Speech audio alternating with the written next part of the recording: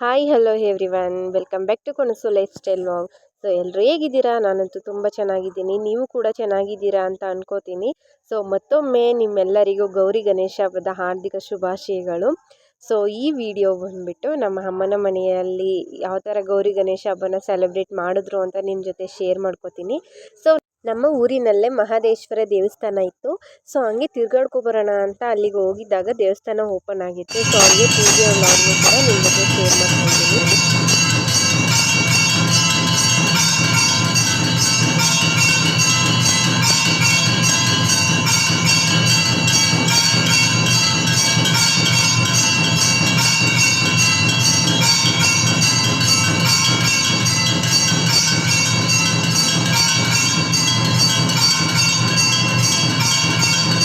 ದೇವಸ್ಥಾನದಿಂದ ಮನೆಗೆ ಬಂದ ಮೇಲೆ ನಮ್ಮ ಮನೇಲಿ ಯಾವ ಥರ ಗೌರಿ ಗಣೇಶ ಹಬ್ಬನ ಸೆಲೆಬ್ರೇಟ್ ಮಾಡ್ತೀವಿ ಅಂತ ನಿಮ್ಮ ಜೊತೆ ಶೇರ್ ಮಾಡ್ಕೋತೀನಿ.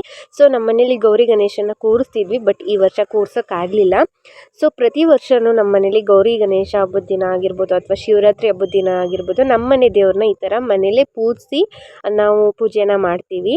ಮತ್ತು ಹೊಸ್ನೀರನ್ನೆಲ್ಲ ತಗೊಬಂದು ಎಲ್ಲರ ಮನೆಯಿಂದನೂ ನಮ್ಮ ಮನೇಲಿ ಕೂರಿಸೋದು ಇದನ್ನು. ಸೊ ನಮ್ಮ ಮನೆಗೆ ಅಕ್ಕಿ ಬೇಳೆ ಆ ಥರ ವಸ್ತುಗಳನ್ನ ತಗೊಬಂದು ನಮ್ಮ ಮನೆಗೆ ಕೊಡ್ತಾರೆ. ಸೊ ನಾವು ಪ್ರಸಾದ ಮಾಡಿ ಅವ್ರ ಮನೆಗೆ ಕೊಡ್ತೀವಿ. ಇವಾಗ ಹೊಸ್ನೀರು ತಗೊಬರೋಕ್ಕೆ ಹೋಗ್ತಿದ್ದಾರೆ, ಅಂದರೆ ನಮ್ಮ ಅಮ್ಮನೇ ತಗೊಬರೋದು.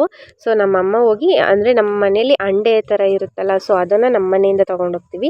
ಇನ್ನು ಬೇರೆ ಮನೆಯವರೆಲ್ಲನೂ ಬಿಂದಿಗೆನ ತೊಗೊಬರ್ತಾರೆ. ಸೊ ಬಿಂದಿಗೆನ ತೊಗೊಬಂದು ಅಲ್ಲಿ ನೀರು ಬಿಟ್ಟಿರ್ತಾರೆ ಅಲ್ವಾ, ಅಂದರೆ ನಮ್ಮೂರು ಚಾವಡಿ ಅಂತ ಏನು ಹೇಳ್ತೀವಿ, ಚಾವಡಿ ಹತ್ರ ಮಾರಿಗುಡಿ ಇದೆ. ಸೊ ಅಲ್ಲೇ ಹೋಗ್ಬಿಟ್ಟು ಪೂಜೆನ ಮಾಡೋದು. ಸೊ ಎಲ್ಲರೂ ಬಿಂದಿಗೆ ತೊಗೊಬಂದಿರ್ತಾರೆ ಅಲ್ವಾ, ಸೊ ಬಿಂದಿಗೆನ ಎಲ್ಲ ನೀರು ಹೊಸ್ನೀರು ತೊಗೊಂಡು ಅದನ್ನು ಅಲ್ಲಿ ಇಟ್ಟಿರ್ತೀವಿ. ಸೊ ದೇವಸ್ಥಾನ ಮುಂದೆನೇ ಅದನ್ನಿಟ್ಟು ಪೂಜೆನ ಮಾಡೋದು. ಸೊ ನೋಡ್ತಾ ಇರ್ಬೋದು ನೀವು, ಇಷ್ಟು ಜನನು, ಅಂದರೆ ಒಂದು ಮನೆ ತಂದವರು ಅಂತ ಹೇಳ್ತೀವಲ್ಲ, ಅಂದರೆ ಒಂದು ಮನೆಯವರು ಅಂತ ಹೇಳ್ತೀವಲ್ಲ, ಸೊ ಆ ಥರದವರು ನಮ್ಮ ಮನೆಯವರು ಸೇರಿ, ಅಂದರೆ ನಮ್ಮ ಮನೆ ದೇವರು ಇರ್ತಾರ ಆ ಥರ ಒಕ್ಕಲ್ನವರು ಅಂತ ಹೇಳ್ತೀವಿ. ಸೊ ಅವರೆಲ್ಲ ಸೇರಿಕೊಂಡು ಹೊಸ್ನೀರೆಲ್ಲ ತೊಗೊಬಂದು ಇಲ್ಲಿ ದೇವಸ್ಥಾನದ ಹತ್ರ ಇಟ್ಟು ಈ ಥರ ಪೂಜೆನ ಮಾಡ್ತೀವಿ. ಸೊ ಈ ವಿಡಿಯೋ ನಿಮ್ಗೆ ಇಷ್ಟ ಆಗುತ್ತೆ ಅಂತ. ಸೊ ಇಷ್ಟ ಆದರೆ ಪ್ಲೀಸ್ ಲೈಕ್ ಮಾಡಿ, ಶೇರ್ ಮಾಡಿ ಮತ್ತು ಕಮೆಂಟ್ ಮಾಡಿ. ಯಾರೆಲ್ಲ ನನ್ನ ಚಾನಲ್ನ ಹೊಸ್ದಾಗಿ ನೋಡ್ತಿದ್ದೀರಾ ಪ್ಲೀಸ್ ಸಬ್ಸ್ಕ್ರೈಬ್ ಮಾಡ್ಕೊಂಡು ವಿಡಿಯೋನ ನೋಡಿ ಅಂತ ಹೇಳ್ತಾ, ಈ ವಿಡಿಯೋನ ನೀವು ಎಂಜಾಯ್ ಮಾಡ್ತೀರಾ ಅಂತ ಅನ್ಕೋತೀನಿ. ಸೊ ನೋಡಿ ಇಷ್ಟ ಆದರೆ ಪ್ಲೀಸ್ ಕಮೆಂಟಲ್ಲಿ ತಿಳಿಸಿ.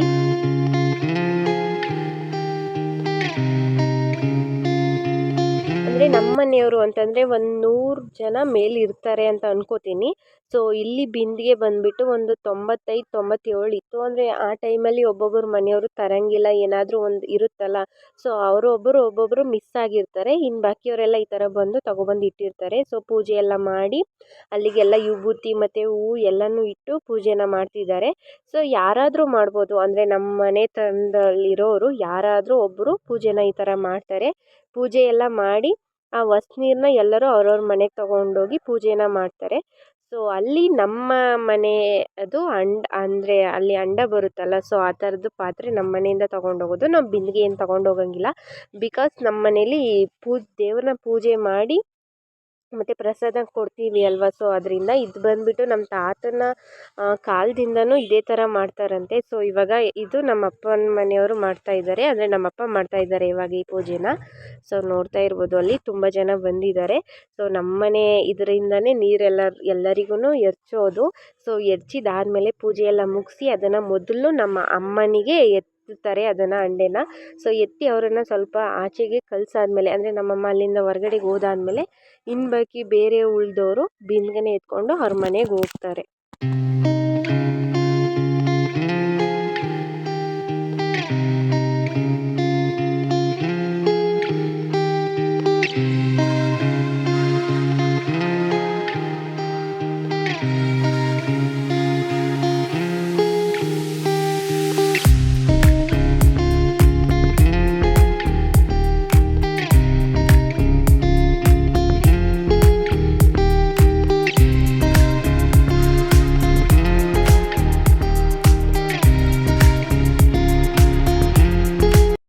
ನಮ್ಮಮ್ಮ ತಗೊಂಡು ಬೇಗ ಮುಂದಕ್ಕೆ ಹೋಗ್ತಾರೆ. ಸೊ ನಮ್ಮಮ್ಮ ಹೋದಾದ್ಮೇಲೆ ಬೇರೆಯವರು ಉಳಿದವರು ಬಿಂದಿಗೆನ ತಗೊಂಡು ಈಚೆಗೆ ಬರ್ತಾರೆ. ಸೊ ಇವಾಗ ನಮ್ಮಮ್ಮ ಮನೆಗೆ ತಗೊಬಂದು ನಮ್ಮ ಮನೇಲಿ ಎಡಕ್ಲು ಅಂತ ಇದೆ, ಅಂದರೆ ದೇವ್ರು ಕೂರಿಸ್ತೀವಲ್ಲ ಆ ಜಾಗಕ್ಕೆ ತಗೊಬಂದು ಅದನ್ನು ಇಡ್ತೀವಿ.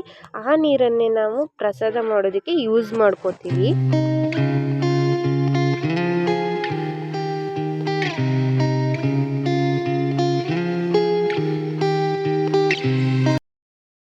ಇವಾಗ ಅಲ್ಲಿ ಬೇರೆ ಮನೆಯವ್ರು ಇದ್ರಲ್ಲ, ಸೊ ಬಿಂದಿಗೆ ಎಲ್ಲ ತೊಗೊಂಡೋದ್ರಲ್ಲ, ಅವರೆಲ್ಲರೂ ನಮ್ಮ ಮನೆಗೆ ಅಕ್ಕಿ, ಬೇಳೆ, ಎಣ್ಣೆ ಮತ್ತು ಅರಿಶಿನ, ಕುಂಕುಮ, ವೀಳ್ಯದೆಲೆ, ಗಂಧದ ಕಡ್ಡಿ, ಕರ್ಪೂರ ಮತ್ತು ಬೆಲ್ಲ, ಬಾಳೆಹಣ್ಣು, ಕಾಯಿ ಇಷ್ಟನ್ನೂ ತಗೊಬಂದು ಕೊಡ್ತಾರೆ. ಅಂದರೆ ಗೌರಿಗೆ ಬಾಗಿನ ಕೊಡ್ತೀವಲ್ಲ ಒಂಥರ ಆ ಥರ.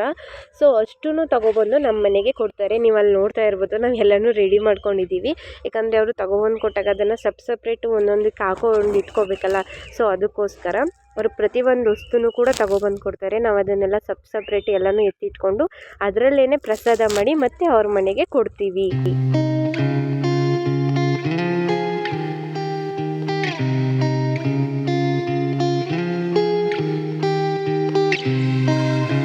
ಇದು ತುಂಬ ರಿಸ್ಕ್ ಇರುತ್ತೆ. ಅಂದರೆ ತುಂಬ ಕಷ್ಟಪಡಬೇಕು ಅಂತಂದರೆ ಅವರು ಅಷ್ಟು ಜನ ಕಾಯಿ ತಂದು ಕೊಟ್ಟಿರ್ತಾರೆ ಅಲ್ವಾ.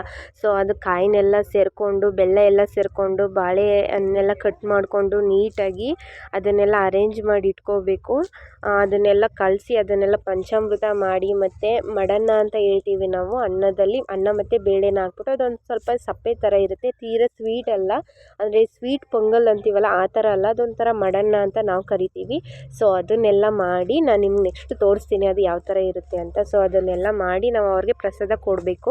ಸೊ ಇವಾಗ ನೀವು ನೋಡ್ತಾ ಇರ್ಬೋದು, ಅವರು ಎಲ್ಲ ಅಂದರೆ ಪ್ರತಿಯೊಬ್ಬ ವ್ಯಕ್ತಿನೂ ಕೂಡ ತಗೊಬಂದು ಮನೆಗೆ ಕೊಡ್ತಾರೆ. ಸ್ವಲ್ಪ ಜನ ಕೊಡಲ್ಲ, ಅಂತಂದರೆ ಅದು ಅವ್ರಿಗೆ ಬಿಟ್ಟಿರೋದಲ್ವ. ಸೊ ಸ್ವಲ್ಪ ಜನ ಕೊಡ್ತಾರೆ.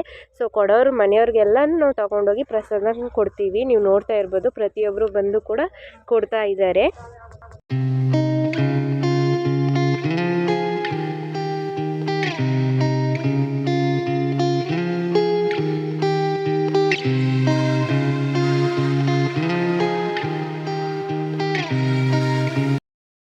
ಈ ಕೆಲಸನ ಒಬ್ಬರೇ ಅಂತೂ ಮಾಡೋದಕ್ಕಂತೂ ಆಗೋದೇ ಇಲ್ಲ. ಒಂದು ಸ್ವಲ್ಪ 3-4 ಜನ ಮನೇಲಿದ್ದರೆ ಮಾತ್ರ ಅದನ್ನು ಬ್ಯಾಲೆನ್ಸ್ ಮಾಡ್ಕೊಂಡು ಹೋಗ್ಬೋದು.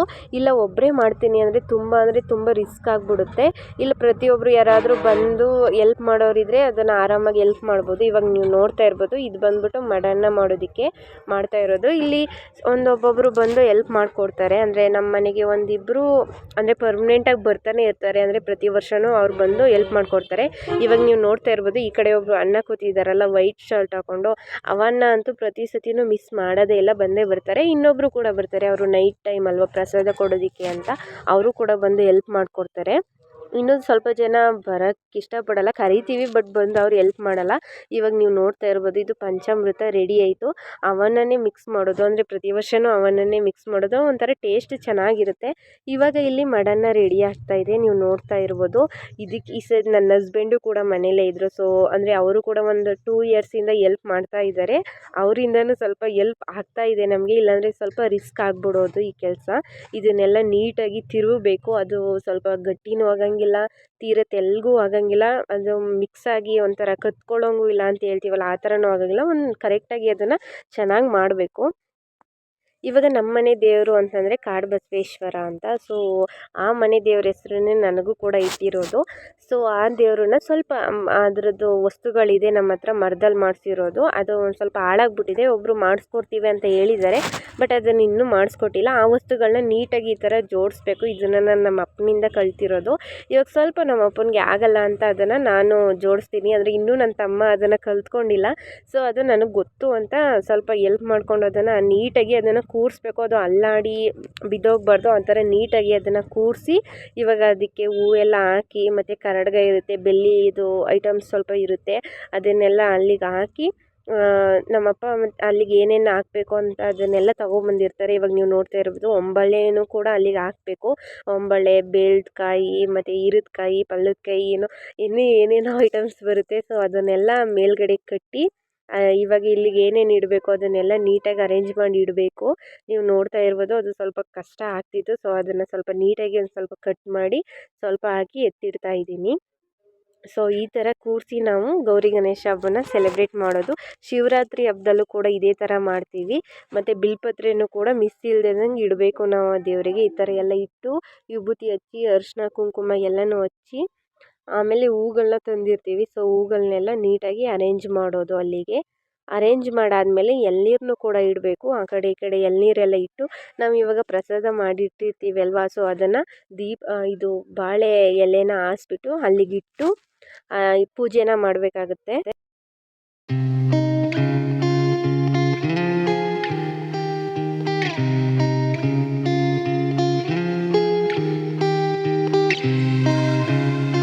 ಇದೆಲ್ಲ ರೆಡಿ ಆದಮೇಲೆ ಒಬ್ಬರು ಬುದ್ಧಿಯವ್ರುಗಳು ಬರ್ತಾ ಇರ್ತಾರೆ. ನಮ್ಮ ಮನೆ ಊರಲ್ಲಿ ಎಲ್ಲರ ಮನೆಗೂ ಕೂಡ ಬರ್ತಿರ್ತಾರೆ. ಅವ್ರು ಬಂದು ನೈವೇದ್ಯ ಮಾಡಾದಮೇಲೆ ನಾವು ಬೇರೆ ಮನೆಯವ್ರಿಗೆ ಹೋಗ್ಬಿಟ್ಟು ಪ್ರಸಾದನ ಕೊಡಬೇಕು.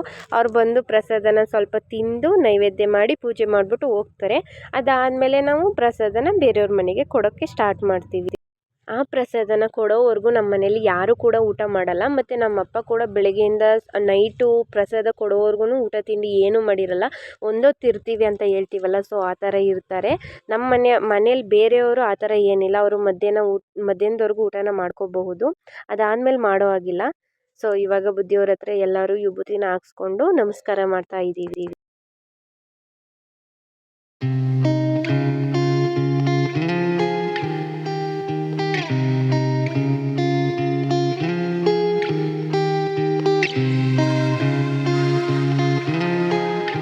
ಇವಾಗ ಬುದ್ಧಿಯವ್ರಿಗೆ ಕಾಣಿಕೆ ಎಲ್ಲ ಕೊಟ್ಟು ಕಳ್ಸಾದ್ಮೇಲೆ ಇವಾಗ ಬಾಳೆ ಎಲೆನ ನೀಟಾಗಿ ಅರೇಂಜ್ ಮಾಡಿಕೊಂಡು ಅಲ್ಲಿಗೆ ಪ್ರಸಾದನ ಹಾಕಬೇಕು.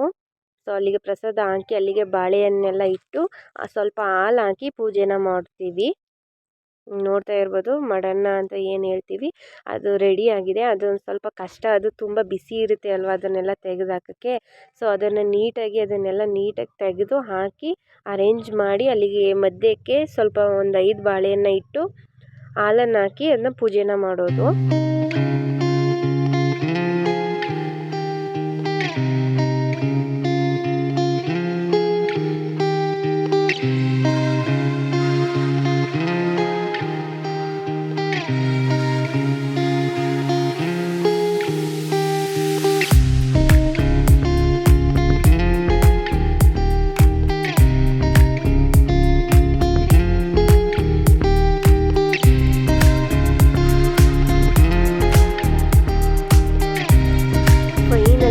ಎಲ್ಲ ಕೂಡ ರೆಡಿ ಆಯಿತು. ಅಂದರೆ ಈ ದಿನ ತುಂಬ ಬೇಗನೆ ಆಯಿತು. ಮೊದಲೆಲ್ಲ ತುಂಬ ಲೇಟ್ ಆಗೋಯ್ತಿತ್ತು. ಅಂದರೆ ಒಂದು 12 ಗಂಟೆ 1 ಗಂಟೆ ಅಷ್ಟೊತ್ತು ಆಗೋಗ್ಬಿಡ್ತಿತ್ತು.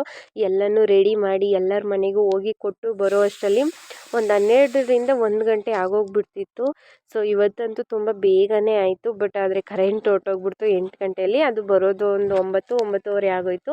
ಆದರೂ ಸ್ವಲ್ಪ ಲೇಟ್ ಆಯಿತು. ಬಟ್ ತುಂಬ ಬೇಗನೆ ಆಯಿತು, ತುಂಬ ಚೆನ್ನಾಗೂ ಕೂಡ ಆಯಿತು.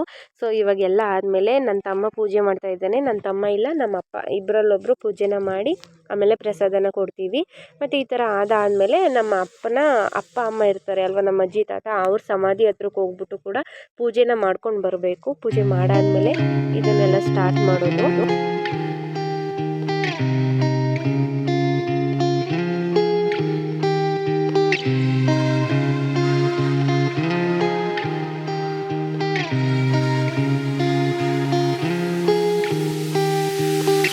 ಇವಾಗ ನಾನು ಕೂಡ ಪೂಜೆನ ಮಾಡ್ತಾ ಇದ್ದೀನಿ.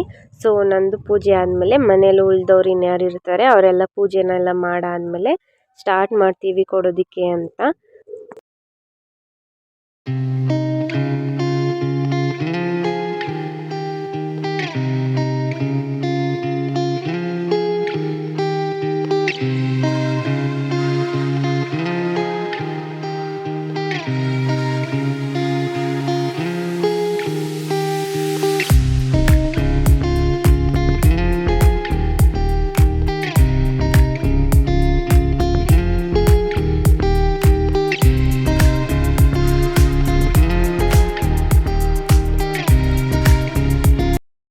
ಸೊ ಇಷ್ಟಾಗಿತ್ತು ಫ್ರೆಂಡ್ಸ್ ನಮ್ಮ ಅಪ್ಪ ಅಮ್ಮನ ಮನೆಯಲ್ಲಿ ಗೌರಿ ಗಣೇಶ ಹಬ್ಬ ಯಾವ ಥರ ಸೆಲೆಬ್ರೇಟ್ ಮಾಡ್ತೀವಿ ಅಂತ.